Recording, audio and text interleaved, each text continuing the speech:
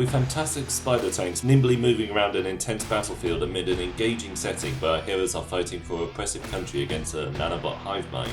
86 was poised to become a great sci-fi anime, especially in how it portrays its characters. You have a group of 86 fighting on the front lines whose number are whittled down person by person, fully aware that their end can come at any time. Then you have Major Millies, who becomes the only general who actually cares about the 86, despite having to send them out onto the battlefield to die. Also, it helps that she's the only one who isn't constantly drunk. Suppose that does bring up the awkward question of how this military run by laid-back drunks using teenagers from a repressed race could possibly resist a coordinated hive mind with advanced technology. But fine, maybe they've got numbers on their side, or the hive mind is purely driven by rage or something. Anyway, while I'm fine with the characters of the 86 group, I felt their sad acceptance of their doomed fate could have been much better fleshed out. Specifically, there isn't a moment where any of them freaks out before battle or dealing with PTSD.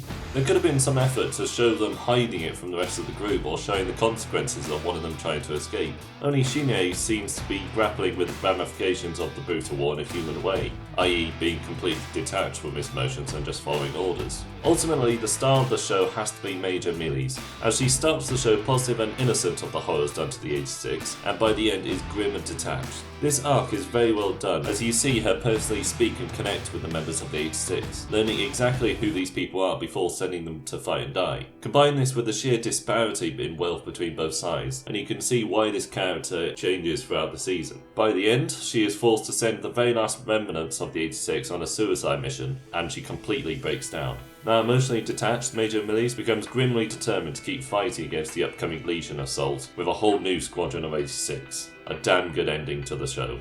So now I want you to take all that praise and throw it in the bin, because the next season goes step by step, shredding every ounce of decent writing. First, they obliterate the dire stakes by bringing back Mr. I had my head cut off, and the friends, we're unconscious surrounded by hordes of uncaring killbots. I kid you not, they never actually show you how they're rescued, or even tell you how they're rescued. Instead, the writers just shrug and go, oh, they're alive now. I mean, I don't exactly see this previous unknown Federation pulling a Saving Private Ryan meets the Edge of Tomorrow in just a few seconds. So now we've established a core set of characters who will never actually die until massively foreshadowed. Let's now do away with the interesting social divide and have our characters live in just the most friendliest, most welcoming country ever. But wait, how can we possibly explain the niceness of this country to the audience? Oh, I know. Why don't we have their leaders say that we shouldn't let these kids fight on the battlefield? Every single bloody time they're on screen. This is despite the fact they're in their late teens, they're fully experienced soldiers, they want to return to the battlefield, and a little tiny weeny fact that the entire Federation is desperately struggling to hold back the enemy. But hey, they're only kids.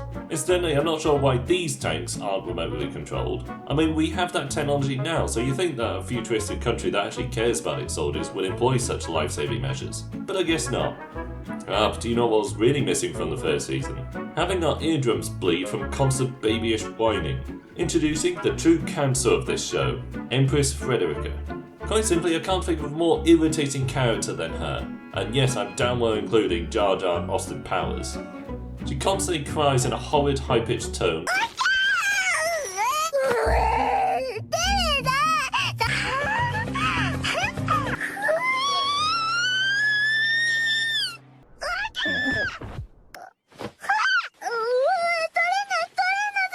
Talks down to literally everyone and acts like a complete buffoon. So when you're trying to engage with this new nation and its struggle against the Legion, she comes in and makes you want to put a gun to your head. This whiny child is even allowed to join the squadron and attend the military academy because I guess the Federation's leaders must be constantly drunk as well. And when you think you're finally free of this whiny baby, when the characters are poised for the giant climax, she manages to sneak back in. Not that the climax was anything special to begin with, considering all the friends stay back one at a time to allow Shinei to fight the final boss by himself, because I guess the anime's writers have just given up by this point and just going through ticking boxes. Well, so what if this entire plotline is dog shit? At least we still have Major Millies desperately struggling to keep a new 86 group alive in the brutal social divide and worsening war, don't we? Not really. It's shown for around 10 minutes before she suddenly died. Then again, it was shown in that weird hive mind vision thing, which has been shown to be unreliable, as in Shinei. I kid you not, the only thing I liked about this second season was a little typo. So yeah, with all the work done building up a repressive dystopia with several engaging characters that could have stood proud amongst the best of anime sci-fi, this season has tossed all of that aside to make a bog standard goody versus baddies plot with bland, irritating characters in an astonishingly dumb world. And with that, the music shall fade out.